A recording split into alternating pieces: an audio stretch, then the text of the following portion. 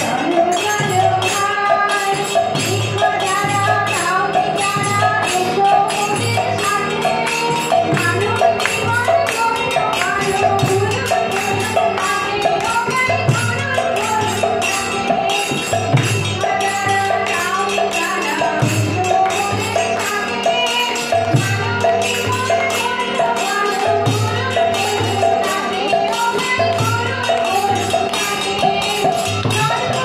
you.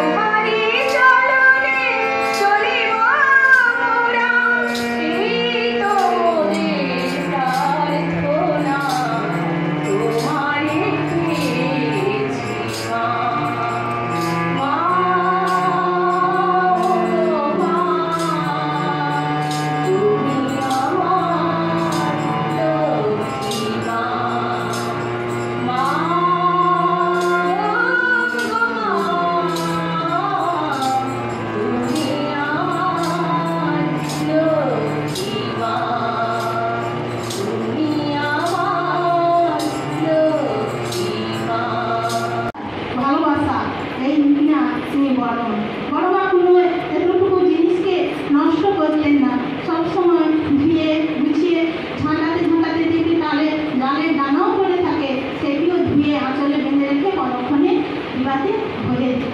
তিনি লক্ষ্মী মা কোনো কিছু নষ্ট করতেন না। একদিন এক গ্লাসে ঘটিতে জল খাচ্ছে, এক মা এসে বড়মার কাছে দাঁড়িয়েছে। তখন বলছে, বড়মা আপনি এই ঘটিতে করে জল খাচ্ছেন? বলছে, আরো জল খাওয়াটা কি খাওয়া, বাটিটাকে দেখা, জল খাওয়াই হলো। সে তো বেঁকে গেছে। তাহলে আমরা কি ওরকমই করি? আমরা কিন্তু ওরকম করি না, আমরা একটুতে হলে নষ্ট করি। অনেক কিছু জিনিস আমরা অগোছালো ফেলে থাকি, অগোছালোতে নষ্ট করে ফেলি। আর বড়মা রান্নাঘরে রাঁধতেন, জঙ্গলের ধারে রান্না করে শুয়ে পড়তেন, কাঠের আগুন জ্বলছে, উনান পাতা দিয়ে এমন পরিষ্কার করে আসতেন, বুঝতেই পারতেন না যে বড়মা এখনই কাঠের উনানে রান্না করছে। আর ভয়ে বাঘের হুঙ্কারে বড়মা ভয় করতো। তখন জ্বলন্ত আগুন নিয়ে বড়মা বেরিয়ে গেতেন। তিনি ছিলেন সাহসী। আর হচ্ছে এমন সুন্দর করে তরকারি কাটতো যেন মেশিনের মতো কাটা হয়েছে। তিনি হচ্ছে আমাদের লক্ষ্মী মা, তার মধ্যে 8টা গুণ তিনি ফুটিয়ে তুলেছিলেন। তাই তিনি তার গর্ভে এক দেবজাত শিশুর জন্ম দিতে পেরেছেন। তিনি আমাদের বড়দা, তিনি জগৎ জননী, সবার জগতের মা। তিনি জয়গুরু। আমি এই বলে এমন জয়।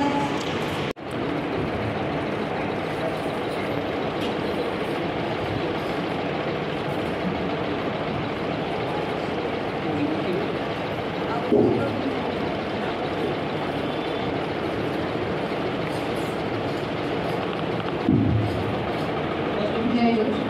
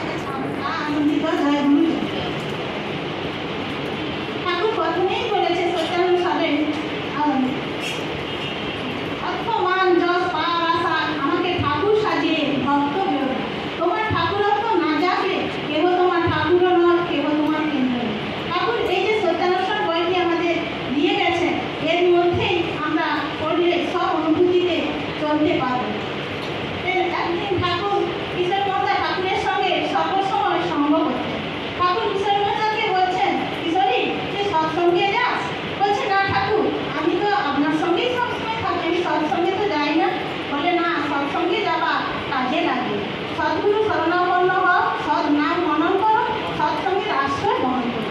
আমি নিশ্চয় করে বলছি, তোমাকে তোমার উন্নয়নের জন্য ভাবতে হবে। কিশোরী মহারাজ ঠাকুরের কথা মতো সৎসঙ্গে গেলেন। পরে ঠাকুর কিশোরী মহারাজ এলেন সৎসঙ্গ থেকে ফিরে। ঠাকুর বলল, কিশোরী কেমন লাগছে সৎসঙ্গ? না ঠাকুর, ভালোই লাগছে। না, সৎসঙ্গে যাওয়া এক্সট্রা একটা চার্জ নেওয়া। আমরা যে সৎসঙ্গে যাই আমাদের চার্জ হয়, যেমন মোবাইলে না চার্জ দিলে মোবাইলটা চলবে, পাখাতে না সুইচ মারলে পাখা চলবে। তাহলে আমরা সৎসঙ্গে গেলে আমাদের এক্সট্রা চার্জ ওটা দেওয়া হয়। কিশোরী মহারাজ বলছে, তুই তো গেলি, ভালোই করলি, যে এক বছর ধুবলিয়ে আমার নাকের সামনে দিলি কেন? আমার বুঝতে কত কষ্ট হয়েছিল জানিস? তোদের কষ্ট হলে আমারও কষ্ট হয়। তাহলে ওই ধূপের গন্ধটা আমার নাকে লাগছে, আমার কত বুঝতে কষ্ট হয়েছে। কিশোরী মহারাজ অবাক হয়ে গেল যে ঠাকুর স্বয়ং কি সেখানে উপস্থিত ছিলেন। কিন্তু ঠাকুর আমাদের এই যে ফটো ঠাকুর ভাবি না, ভাবতে হবে উনি আমাদের কাছে এখন জীবন্ত। ঠাকুর সৎসঙ্গ যেখানেই হয় সেখানেই উপস্থিত থাকেন, যেখানে দীক্ষা হয় ঠাকুর সেখানেই উপস্থিত থাকেন। আর আমরা উষায় যে মন্ত্র সাধন করি, নাম জপ করি,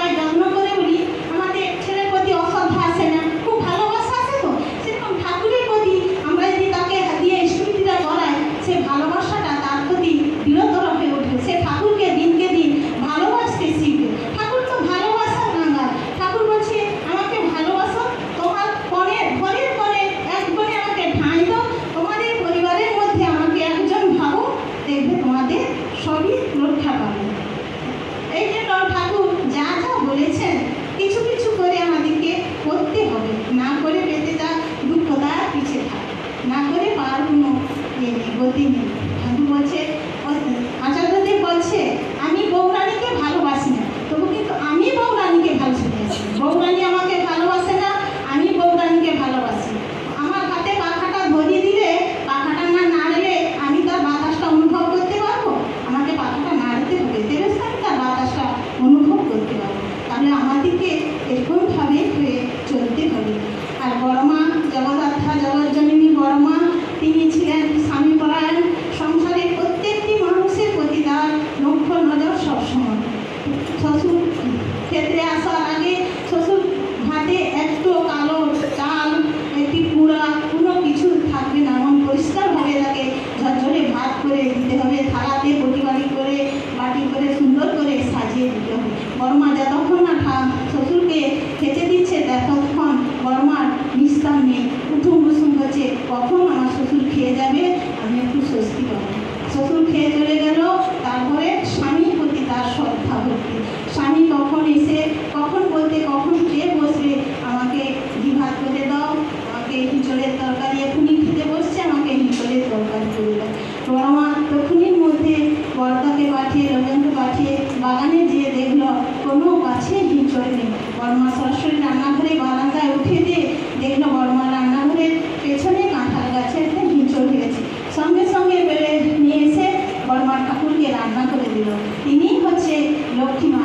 আর ঠাকুর এসব করতেন বড়মা যাতে অসন্তুষ্ট হতো নাকি না হতো, এটা পরীক্ষার জন্যই ঠাকুর কিন্তু সবসময় এটা চাইতেন। ঠাকুর পার্লারে বসে আছে, ঠান্ডা লাগছে, ঠান্ডা লাগলে ঠাকুরের কাশি হবে, তখন বড়মা গুরু ভাইদের দিয়ে ঠাকুরের জন্য একটা চাদর পাঠিয়ে দিলেন। ঠাকুর গুরু ভাইদের বলছে, দেখছিস এই কিনা তো বড়মা, আমার কখন কি লাগে না লাগে সব কিছু আমার তার নখদর্পণে আছে। একদিন ঠাকুর ভাত খেতে বসছে, ভাতে কাঁকড় পড়েছে।